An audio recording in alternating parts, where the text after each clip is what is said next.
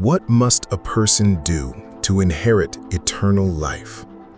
It is the most important question ever asked. Throughout history, we have sought the answer in religion, in philosophy, and in righteous living. But when an expert in the law of God asked Jesus this very question, the answer he gave was both simpler and more challenging than anyone expected. It came in the form of a story about a man left for dead, the religious men who walked past him, and the one outcast who stopped. This story forces us to ask a different question, not who is my neighbor, but am I a neighbor?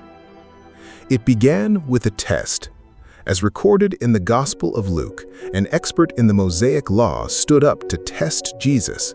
"Teacher," he asked, "what shall I do to inherit eternal life?" Jesus, the master teacher, turned the question back on the man who was an expert in the very law of God. "What is written in the law?" he replied. "How do you read it?" The lawyer answered perfectly, quoting directly from Deuteronomy and Leviticus.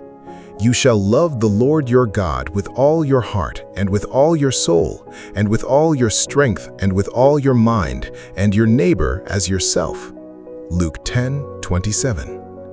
Jesus affirmed his answer. "You have answered correctly. Do this and you will live." But the lawyer, wanting to justify himself and limit the scope of his responsibility, pushed further. He asked the question that would prompt one of the most famous parables ever told, "And who is my neighbor?"